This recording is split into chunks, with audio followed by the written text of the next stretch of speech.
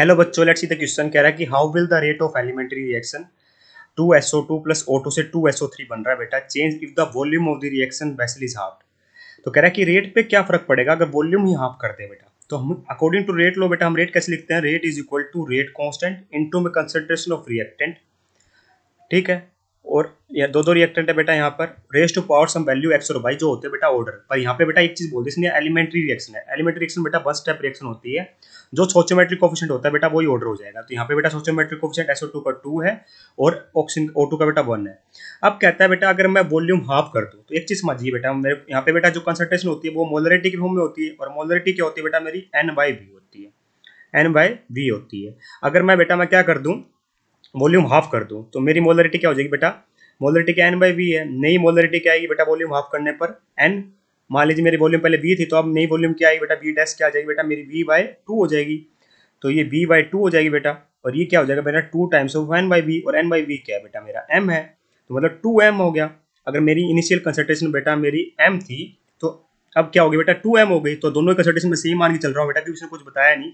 तो पहले वाला रेट लिखता हूँ बेटा मैं एक बार ना, मैं रेट वन लिखूंगा तो बेटा मेरा क्या आएगा? रेट कांस्टेंट इंटू में कंसंट्रेशन ऑफ SO2 की जगह बेटा मैं क्या लिखूंगा? M लिखूंगा की पावर 2 इंटू में कंसंट्रेशन ऑफ M की पावर 1। फिर नया रेट आता है जिसके अंदर बेटा मेरी हमारा जो कंसंट्रेशन हो रही है बेटा वो क्या हो रही है? डबल हो रही है। तो अब मैं क्या लिखूंगा बेटा? नया रेट कांस्टेंट तो सेम ही रहेगा बेटा। ठीक है, सेम रिएक्शन है, तो यहाँ पे क्या आ जाएगा बेटा मेरा? कंसंट्रेशन ऑफ M 2M हो जाएगा बेटा, 2M की पावर 2, और यहाँ पे क्या आ जाएगा बेटा मेरा? 2M की पावर 1।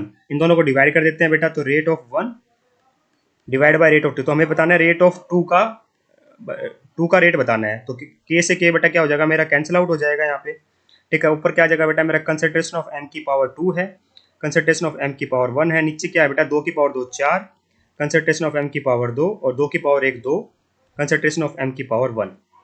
ये सब कैंसिल हो गया बेटा ना। ठीक है, ये सब कैंसिल हो गया। हमें बताना है, अब देखिए बेटा मुझे बताना है नया रेट क्या बना है। ठीक है, किसके रिस्पेक्ट में? इनिशियल रेट के रिस्पेक्ट में। रेट 1 क्या बेटा? इनिशियल रिस्पेक्ट है ना। तो मैं क्या कर रहा हूँ बेटा, ये उस साइड ले गया बेटा, मैं ये 4 उस साइड ले गया।